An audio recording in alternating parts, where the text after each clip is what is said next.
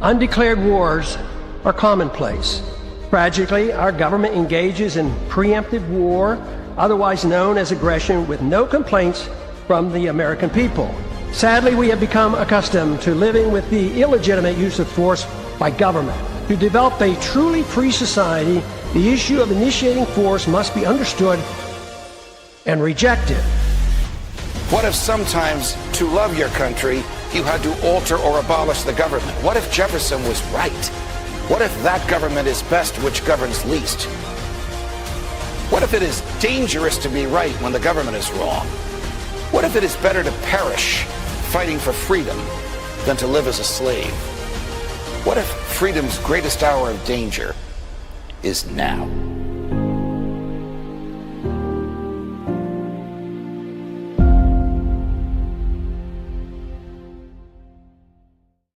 Hi everyone, Judge Andrew Napolitano here for Judging Freedom. Today is Friday, January 16th, 2026. Our dear friend and colleague Scott Ritter joins us now.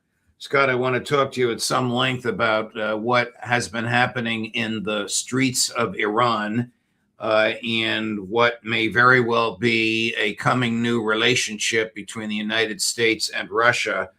But before we get there, you were subjected to what Maurice Stans, Secretary of Commerce in the Nixon administration, once called the terrors of justice, the government doing whatever the hell it wants to do to somebody without any justice whatsoever. What happened to you the other day when you tried to use your regular bank card to put gas in your car? Look, I think, gosh, I've lost track of time. But I took my wife out to dinner the night before the incident in question, and the card worked fine. Paid dinner, gave a nice tip. On the way home, the yellow light in my car dinged off. You know, the one that says you got to put low fuel, you got to put gas in it. Don't worry about it, honey. I'll take care of it in the morning. Why not? I have a debit card that works. I mean, we have money in the bank. This is the digital economy that we've grown accustomed to. No cash in the wallet, no cash at home, all the money in the bank. So the next morning I drove my wife to work and I went to the gas station to fill up the tank and tried to use the card, and it got declined. And so I called my wife and I said, hey, did we make a mistake? Did we run out of money in checking? Do we need to transfer money from savings? She said, no, we've got plenty of money in checking. I said, well, could you just double check? And she went on the online banking app, Citizens Bank, 26-year relationship. And all of our accounts were zeroed out. We had no money, not just in our checking, our savings, but in our joint accounts with our daughters, because as good parents, we kept joint accounts there in case our kids ever called us up and said, hey, mommy, daddy, we need help. And we wanted to be in a position to say instantly, here's the help. So they zeroed those out too. In total, around $2,500. For all the people that think Scott Ritter's rich, there's the evidence. $2,500 is what I had in my. What did you learn made this happen? Well, I immediately called the local, our bank managers, who we have good relationships, and they said, we have no idea what happened. And I said, well, we need to find out. So we started bumping up the chain of command. The first thing we found out is corporate would not talk to us. The corporate said, we have no legal obligation to talk to you. And I said, you most certainly do. And they said, we most certainly don't. And I pushed the issue, and the manager backed me up. And what we found out, they said, look, we sent a letter to you. And so I went back through the mail, and sure enough, the day before, in a stack of mail that we hadn't quite gone through yet, was a letter from Citizens Bank that said, we have decided to end our banking relationship with you. And we have taken all your money, and we will issue you a cashier's check in 10 to 14 days time. And then, I mean, literally at the thing, it says, Citizens is under no obligation to disclose to you its reasons for closing the accounts. And at this time, Citizens policy prevents disclosure of any information concerning the decision to close the account. And again, I didn't accept that, so I pushed and made a series of phone calls, and finally got Citizens to tell us who did this. And it was, a priority investigations unit within their fraud department that only responds to input from the federal government. And the input that they respond to are called suspicious activity reports. And I asked the local branch manager, did you submit any suspicious activity reports? And she said, no, there's nothing you do that's suspicious. You coordinate with us on everything. I said, that's right. And so it turns out that somebody in the U.S. government triggered Citizens Bank at least 3 times with suspicious activity reports. And then what happens is you automatically get designated as a high-risk client. And then under the, every time when you open up your bank account, that thick pad of paper that they print out and they open up the last page, say sign here. Well, in there in the small print says that Citizens or any bank can terminate your account at any time if you're deemed to be a bad investment risk. And if you get designated as a high risk client because of suspicious activities report, they automatically debank you. And this is by design. The House Judiciary Report, when going through the January 6th, how the U.S. government targeted them, said this is used all the time by the FBI, all the time. When they don't like you, they simply go in and go ding, ding, ding, ding, algorithm click, you are debanked. It's a tactic that has been used. I think the U.S. government the Biden administration had a code name for choke point. And it's just a standard tactic that's been used forever by the United States government to harass anybody who dares do things that the U.S. government's not happy about. You see, it's not about me breaking the law. If I broke the law, FBI guys be coming through my door, they'd seize my accounts, they'd freeze them, seize them. I wouldn't get the money back because it's bad money. That's not what they did. What they did is simply abuse a loophole in a law written by Congress, and Congress has acknowledged there's nothing they can do about it. Literally nothing. They call the FBI and the FBI says, we didn't do anything. And the banks say, we can't talk to you because you wrote the law and said when a suspicious activity report is filed, we don't tell anybody. Who filed these? Well, suspicious activity report can be filed for no reason at all. Can be absolute Correct. BS. Do we know who filed this? Federal government. That's the truth. We don't know who in the federal government did it. I have reason to believe that it's the FBI because the National Security Division of the FBI has declared war against me since 1995 and has gone on record saying they are going to destroy me and my family. And so I have every reason to believe that they're continuing to live up to this threat. Are the FBI agents who threatened you 10 or 12 years ago and threatened your wife still in the FBI? No, Michael Templeton, I just want to say his name there for everybody. Michael Templeton, the man who physically assaulted my wife and verbally assaulted my wife, threatening her with physical violence, threatening me with physical violence. He is retired. But, the FBI is it's an organized crime syndicate, and the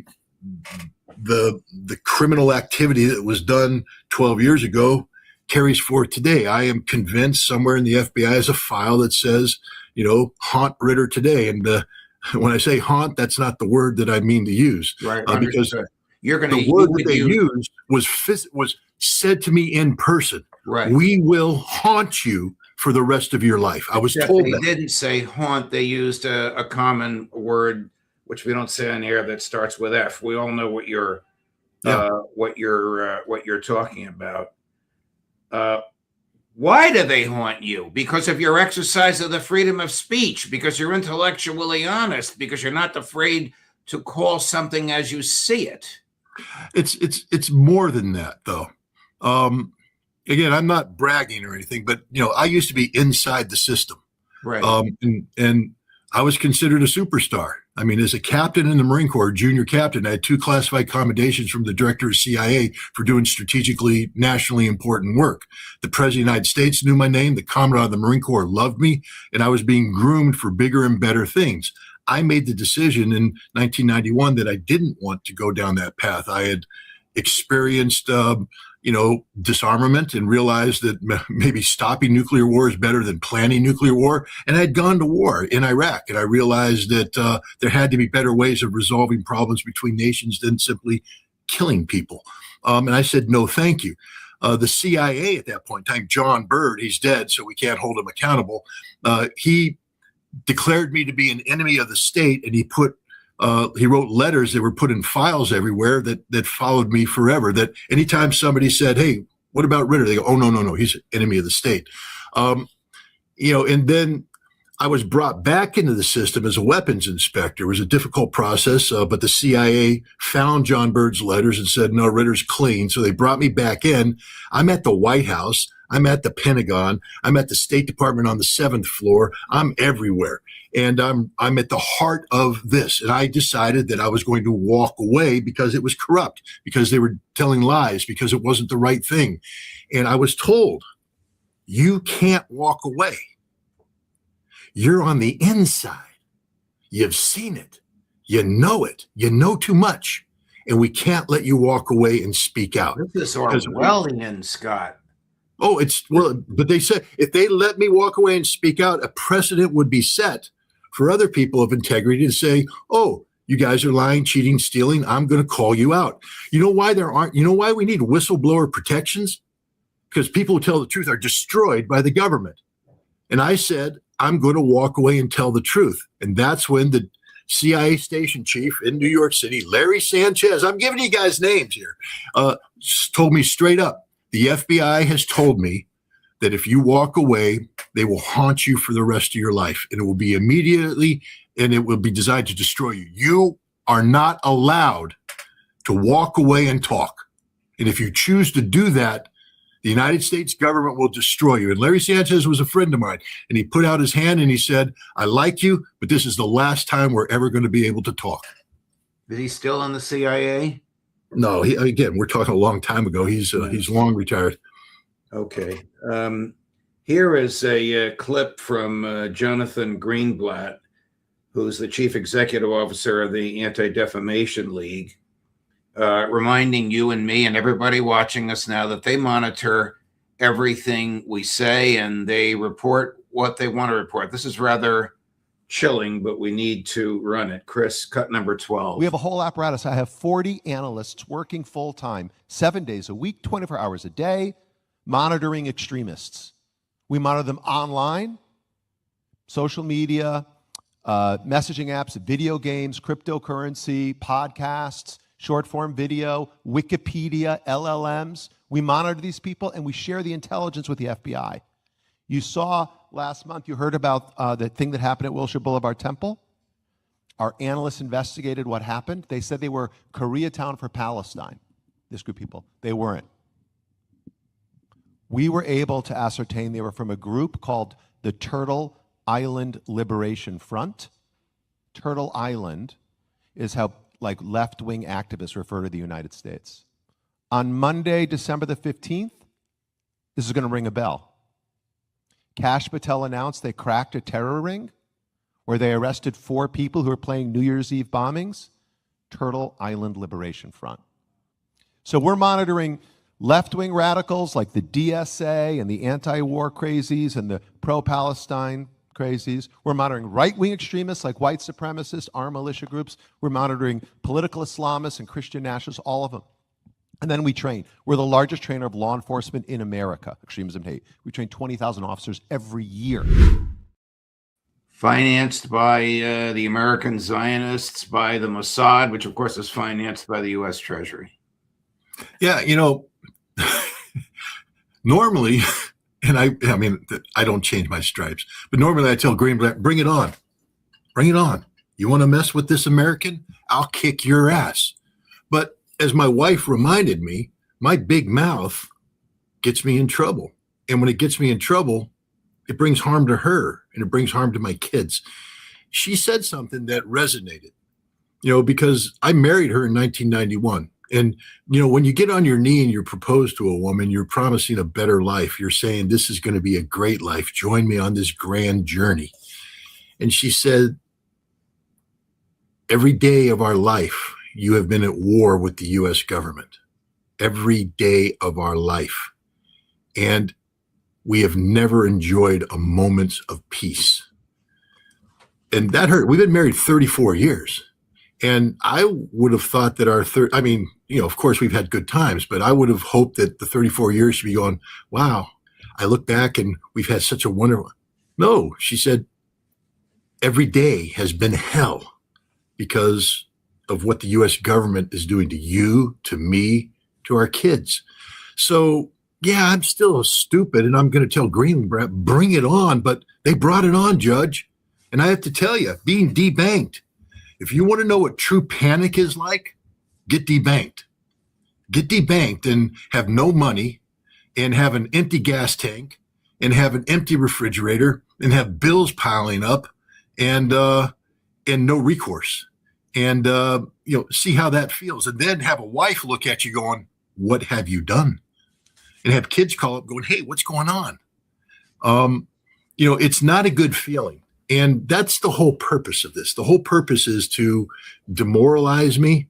It worked for a little while to get me to quit. That's not going to happen. But, I mean, you have to I'll be honest. I thought about it. When my wife told me that, it was like, that's a wake-up call. You're just going, that's the legacy of our relationship, a living hell. Wow. Because of what the government's done to our family. This is why they do it. And so I just want to give a warning to everybody out there. They can do it to you at any time. And it's not about you breaking the law. It's about you going against the grain of people like Greenblatt, who's not an elected official, who is not a law enforcement officer, who has no constitutional authority whatsoever, but because of the control that the Zionist entity has over America, is able to pick up the phone, contact the FBI, and initiate a law enforcement investigation against you. All right. Before we get to your understanding of what's happening in Iran, last question. You getting the money back that they seized? Well, they say they'll give me they'll send me a cashier's check in 14 days. Meanwhile, I had to jump through the hoops and make phone calls and everything. I got a new bank account. Don't shut it down, government, please. And we were able to get our mid-month payments, my wife's payment and the invoices that I had out there deposited. So we're alive and we're well and we're living and we're functioning. But again, for a period of 2 to 3 days, it was not good, and we were lucky. Other people may not be so lucky. Don't allow the government to do this. What happened in the streets in Iran this week? Look, Iran has significant economic problems, and the Iranian government has not been up to the task of fulfilling its promises to the Iranian people. And so there were legitimate demonstrations about the state of the economy. One of the reasons that triggered these demonstrations was outside interference in the Iranian currency. Things were done to deliberately crash the Iranian currency, and it was done on purpose by outside actors. And then legitimate demonstrators went to the streets. And initially, when these demonstrators went there was no violence. The president of Iran actually walked side by side with many of these demonstrators. He says, I'm with you. I understand this. We need to do a better job. But then what happened about day 2 of the demonstrations, radicals took over. And they pushed the peaceful people out of the streets, and they began launching violent attacks. These radicals are Mossad-controlled cells that have been in place for a long time inside Iran, equipped, trained by the Mossad to carry out extreme acts of violence. And these cells began to run rampant. They killed over 100 Iranian cops. Now, for all the, MAGA, America, could you imagine a scenario where outside agitators started running rampant in American streets and killed 100 American cops, what our response would be? And the goal was to create this massive unrest. And this is part of a master plan that had been worked out between Trump and Benjamin Netanyahu back in Mar-a-Lago. And then the United States and Israel were supposed to bomb. And when they bombed, they're supposed to decapitate the leadership. They were supposed to suppress the ability of the security services to interfere with the violent demonstrations. And this would lead to a revolution that would cause the collapse of the Iranian government. And then the son of the former Shah Pahlavi was supposed to come in and become anointed king of Iran. this didn't work because for whatever reason, the United States wasn't ready to bomb. And by the time Trump said we're going to bomb, the whole thing had been suppressed. The Iranian government had taken control, had suppressed and destroyed and defeated the Mossad-backed agents. And when Trump began to initiate the attack the other night, he was told by the Pentagon, don't do this. If you do this, the Iranians are going to hit us back, and we can't stop them. They're going to hurt us. We have no way to respond. We're not strong. And the Israelis made the phone call and said, too late, boss. Stop. Don't do it. Because if you do it, they're going to hit us and crush us, and we can't defend ourselves. The whole idea of the demonstrations and the air attack was to rapidly collapse the Iranian government so they couldn't launch their missiles. But now it's too late. The Iranian government's ready, locked and cocked, and if they get attacked, it will be devastating for the United States and for Israel. Here's the famous or infamous tweet from Mike Pompeo, former Secretary of State and Director of CIA, and I'm going to guess that on the last line you agree with him. I'm not going to read all of it, but it says the Iranian regime is in trouble. Bringing in mercenaries is the last best hope. Now to the bottom. Happy New Year to every Iranian in the streets. Ready for this, Scott? Also to every Mossad agent walking beside them. Why would he say that? Why would he admit to that? They're confident of victory. I mean, this is just a case of arrogance. They actually thought they had a plan. Judge, all you had to see on social media, every pro-Israeli bot, was out there saying the same thing, promoting the same nonsense, creating the same garbage. And the whole idea was to create a sense of inevitability that would empower the American people to tell Donald Trump, we stand with Iran, bomb Iran, bomb Iran. And Pompeo is part of that system. And Pompeo was simply playing his role. Here's somebody who's part of that system who is brokenhearted that the United States did not bomb last night. You'll know who this is. Chris, cut number 13. There are a lot of headlines out there that are, in my view, not accurate. President Trump's resolve is not the question. The question is, when we do an operation like this, should it be bigger or smaller? I'm in the camp of bigger. Time will tell. I'm hopeful and optimistic that the regime days are numbered. Compare and contrast that with the giddiness, the cackling of Graham on the air. We're going to bomb them now. We're going to get them. It's over. Remember that just a couple of days ago? Right. I love this, Lindsey Graham. I almost feel sorry for him, except I don't. But but the fact of the matter is his scheme failed. And again, I'm not in the support Donald Trump business, but I have to tell you, this was something that was cooked up in Mar-a-Lago. I mean, Lindsey Graham has admitted it. This is something that Netanyahu and Trump cooked up when Netanyahu was visiting Mar-a-Lago. This was all planned. There was extensive planning going on between the Mossad, the CIA, British intelligence, Dutch intelligence, and every intelligence agency in the world that has been lined up against the Iranians. And yet the United States didn't pull the trigger until it was too late. And I just have to sit there and go, Trump knew what he was doing. I mean, it seems to me that Trump set up Lindsey Graham, set up Netanyahu, set them all up because they shot their bolt. The Mossad network that was used is gone, finished. I mean, the Israelis panicked in the end. When they lost communication with them, they tried to shove in a whole bunch of new Starlink, communication kits. And the Iranians were just sitting there waiting for him to come in and go, thank you very much, thank you very much. Because the Iranians broke the code, got in there. Thanks to the help of Russia, by the way. So it's all over. That entire network's gone. It took decades to build that network up. It's gone. So Graham knows what happened. There is no capacity to, replicate the opportunity that was lost. Now, he's trying to be nice and say it's not Donald Trump's fault. It's 100% Donald Trump's fault. And you have to ask yourself, was this deliberate? Is it just incompetence, which I can also accept, or was this deliberate, a setup so that Netanyahu and Graham and everybody else stops talking to him about overthrowing the Iranian regime because they no longer have the tools to do so? One of our chatters writes in, poor Lindsey. He didn't get his war. Didn't get his war. Yeah. He didn't get his war. We only have a few minutes left. We'll save the conversation about Russia for next week. But Mohammed Marandi, a good friend of yours and mine, born in the United States, but a professor at the University of Tehran, has given a description of things remarkably similar to yours, who also said the attitude in the streets changed. The last demonstrations he saw, of which he was a part, 3 million people in downtown Tehran supporting the government.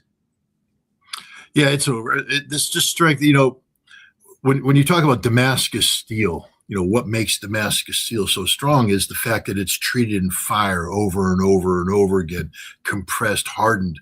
And this is what we do to the Iranian government. I mean, my God, if we want to get rid of the Iranian government, I've said this all along. I mean, I hope the Iranians don't read this wrong, but if I want to break down your government, I want all doors open. I want us doing business with you. I want American business coming in, and I want to expose the Iranian people to the benefits of the West. Now, that's a failed model today, but the last thing I would want to do is give them the opportunity to strengthen themselves. And we have done this repeatedly. I remember in 2023, I spoke with the former Iranian president, the one who died in Raisi, who died in the helicopter crash in May of 2024. And he talked about the riots that took place in the summer of 2023. He said it was the greatest test that the Iranian revolution had gone through since the revolution. And that, for a while there, it was touch and go, but they won and it strengthened the nation. The 12-day war last June strengthened Iran. And now this strength, it's Damascus steel, or in this case, we might want to call it Isfahan steel, but they're just making Iran even stronger and more difficult to crack. And the reality we need to come up with is we have to understand that we keep talking about Iran as a theocracy. And yes, they have the supreme leader, and yes, the Shia faith is central to the way that Iran views itself. But it's a functioning democracy. I mean, in some ways better than our own. Their parliament is democratically elected. Their president is democratically elected. The mechanism that's used to control the supreme leader is democratic. The Assembly of Experts is democratically elected. Iran is a democracy, and the will of the people is manifest in this democracy, and the Iranian people support this government. I know all the exiles out there, all the people who fled when the Shah fell, will take vehement exception to what I said. But the reality is reflected in what my good friend Mohammed Marandi observed and reported to you and everybody else. Millions of people in the streets demonstrating in support of the government. Could you imagine how an American president would feel if one day in every major American city that millions of people poured out into the streets in support of him? He'd say, "This is amazing. I'm invincible." What do you think the Iranian government's thinking right now? Right. Just as the attempts by the Israelis and the Americans to weaken the Iran culture has strengthened it, the attempts by dead CIA people and retired FBI agents to weaken the backbone of Scott Ritter has only strengthened it. Thank you, Scott. Thanks for being who you have been, and thanks for joining us this morning. Next week, we'll talk about, is the Cold War returning? In the meantime, here are the people you can write to and communicate with. Paul Tonko, Congressman Paul Tonko, is Scott's congressman. Kash Patel, of course, is the director of the FBI. Bruce Van Saun is the chair and CEO of Scott's former bank, Citizens Bank. There's the contact information about them as we have it. Scott, thank you very much. Appreciate you coming on at this time of day. Appreciate you being so candid about all this. It's a lesson to everybody. And thanks so much for your analysis about Iran. We'll see you next week, my friend. Thank you. Of course. Coming up at 4 o'clock today on all of this, the Intelligence Community Roundtable, Larry Johnson, Ray McGovern, Judge Napolitano for Judging Freedom.